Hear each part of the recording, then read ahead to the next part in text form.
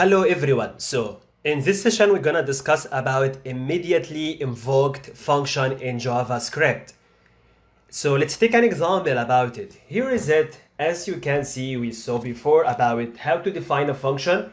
We just say function. Let's give it a name, maybe test. And inside the function body, we just say console.log. And here is it. We're gonna say hello. Correct? But guess what?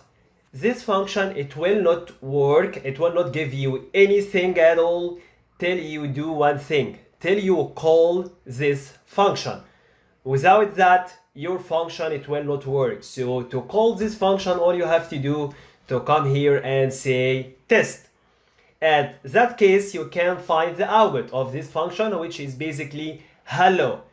Otherwise, you cannot see the output. That's why we got something in JavaScript called it immediate invoked function. This function will call itself and it will execute at the same time.